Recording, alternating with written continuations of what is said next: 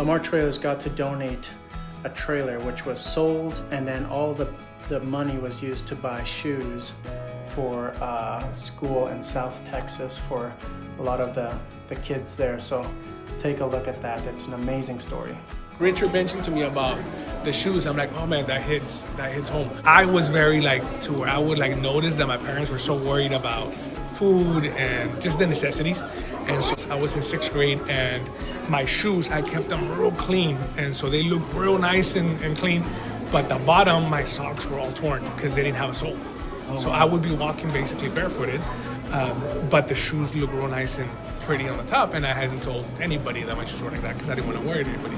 And I was sitting in front of a counselor, and I have this where I cross my leg. I've always crossed my leg, and when I crossed my leg, I think the counselor noticed that the bottom of my shoes were completely gone.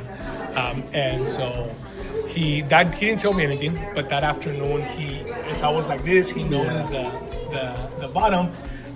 He showed up to my house with a pair of, and I'll never forget, they were Champion brand, and to me that was a big deal. Shoes in this area, it's something that the kids, a lot of them wear their siblings, whether they fit or not, they get passed down. So when we purchase the shoes, the kids are looking forward to. We went ahead and purchased about 80 students got shoes, brand new shoes at the beginning of the school year, and so they get super excited.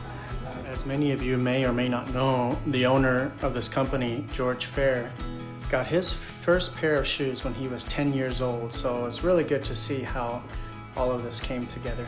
Thank you, team, for being a part of this, and so that we can make this happen. The kids really appreciate it, and it was wonderful to see how Lamar Trailers was able to help. This week we had many improvements. Thank you, Manuel, for making something for these welding carts. A nice little stop to put the carts against to prevent the column from getting damaged. Great job.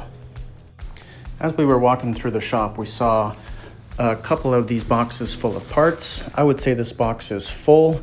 And so I investigated why it looked the way that it did, and this is how we typically would fill it up. But then we got to thinking, who's the customer? The cycle counters are the customer, and the welder is the customer, and this is not how they want to receive these parts.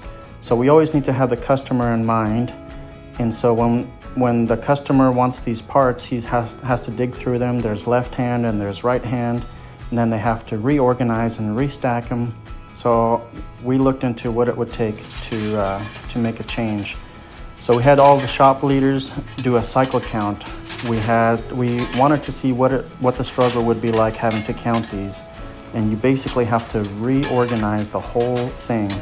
So if at any point we wanted to cycle count them, this is what it would have to look like.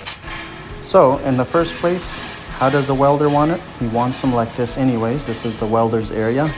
He has already restacked them himself, and now we are going to set a new standard.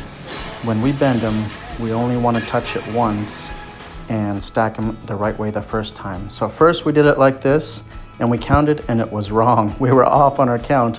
Then we reorganized the left and the rights and made piles of 10. Made everything easier.